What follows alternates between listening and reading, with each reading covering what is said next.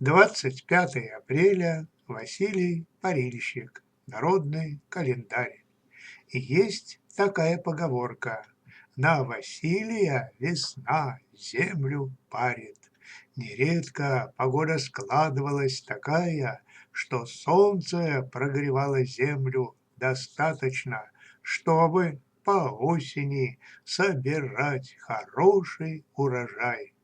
В лес в этот день лучше было не наведываться с великой осторожностью, ведь лесной хозяин и медведь после зимней спячки шатается по кустам.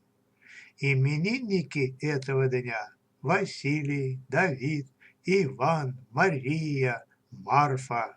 А 26 апреля Фомаида Медуница.